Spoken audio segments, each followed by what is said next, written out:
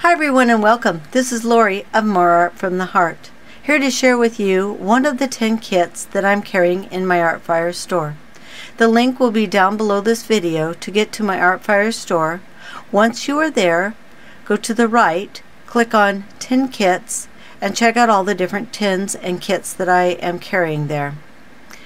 To get the look of this tin that we have here today, there is another video, and I will also include that link, that has step-by-step on how we achieved this look to get the black and two tones of kind of a greenish blue and a regular soft green over a black background, and it's crackled.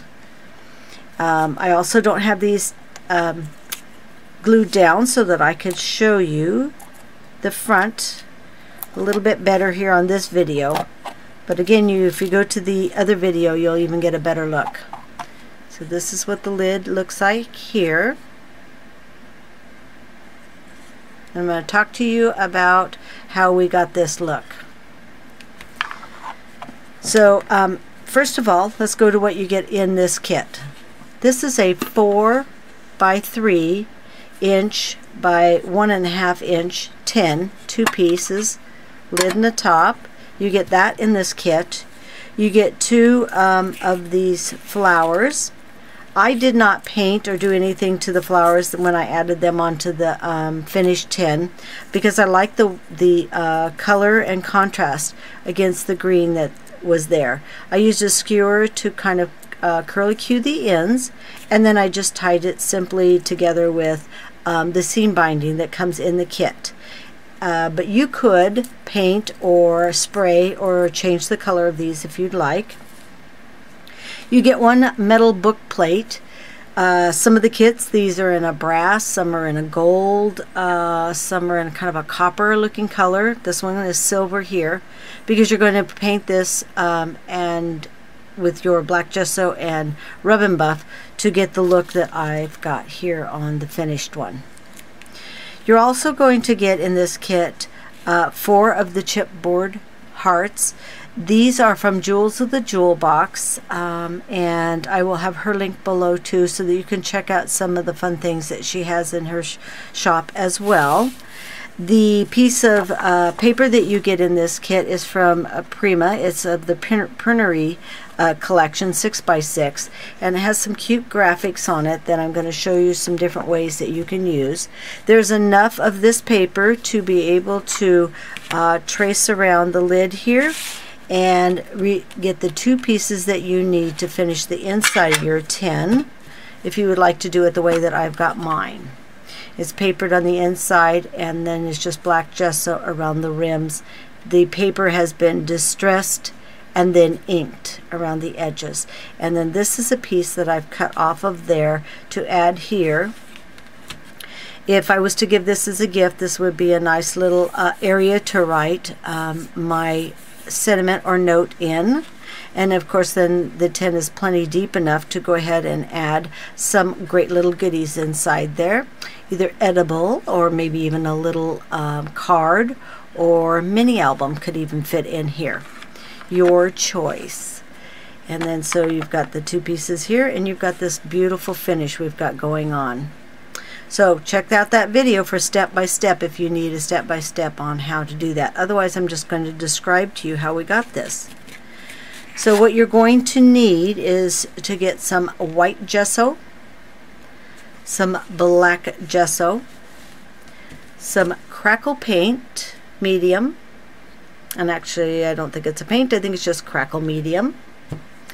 You're going to need some type of glue to glue them on. I like my liquid glue. You're going to use some rub and buff or gold metallic paints. I often carry these in my Artfire store. They're a little combination rub and buff in different colors. Kind of fun to have some different other ones. Otherwise, you can buy rub and buff in little tubes in your paint supply department. And they're just little small tubes like this if you use that type. You'll need 2 of the paints that we've got here, not particularly this brand, but these colors. if you want this look here. So this is jade, and it's kind of a turquoise. It's just a little lighter than a turquoise, and you could use a turquoise as well. And this one is basil green, again kind of a mossy light green. And what I did for these is to mix them 3-to-1 in gesso. So I've got a container here that I mixed it up in, and I have like 3 tablespoons of gesso to 1 tablespoon of the paint, and I mixed them both in sealed containers so that if I had extra left over, I could do other projects with them and not waste that. And so you've got your paints and stuff ready. You're first going to take your tin, and you will see this also in the other video, like I said, and you're going to completely coat it in the black gesso. Other than I did not coat it on the inside of the lid and the bottom of the bottom piece. I just did the rims because we're going to be covering it with paper. You want the black gesso to dry completely. Now the reason I used the black gesso is I found that it would adhere to the metal tin a lot better than paint did. So that's what I used. So I recommend that too. So once it's painted, it's completely dry, it's ready. You're going to take your crackle medium, you're going to take a sponge brush, and you're going to coat all the sides and top and bottom of your tin. Now this is the part you would need to leave it to dry. It is not really recommended to heat set it just yet. You want to kind of let this dry on its own. It can take 15-20 minutes depending on how warm your house is. And what you want to do is once the crackle is a tacky consistency, and when not liquidy, but just tacky, but not completely dry, you will actually kind of see it kind of start rippling on the black gesso itself. Next, I take my brush and put on the green, just lightly in places around there, not covering it completely, and you'll see that in the step-by-step video where you just put it on here and there. And I like the look of the black showing through, so I did leave spots where the black is completely showing.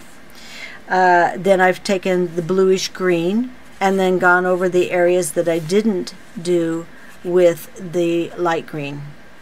Once you do that, you will see that it'll start crackling as it dries, and you just want to leave it alone, let it dry, let it do its thing. Right towards the end, if it's still a little tacky, you can use your heat gun just a little bit, but remember you're heating up metal, so don't burn yourself on that. I then use the crackle, since I have that available. You could use something else. I use this as the sealer on top then afterwards.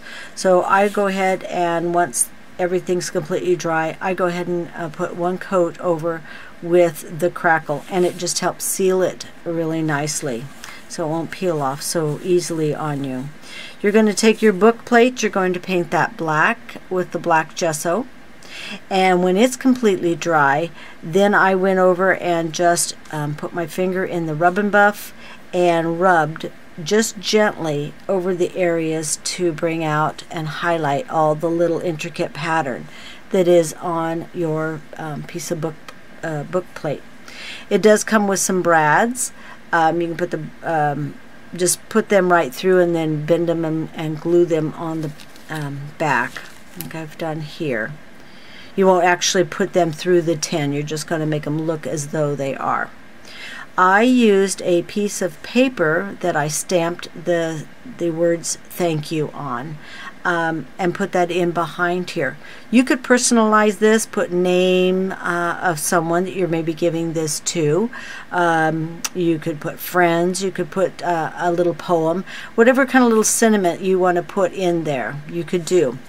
The other thing you could do if you don't want to have to write something actually in there, this piece of paper that you've got for covering the inside has some little things on it.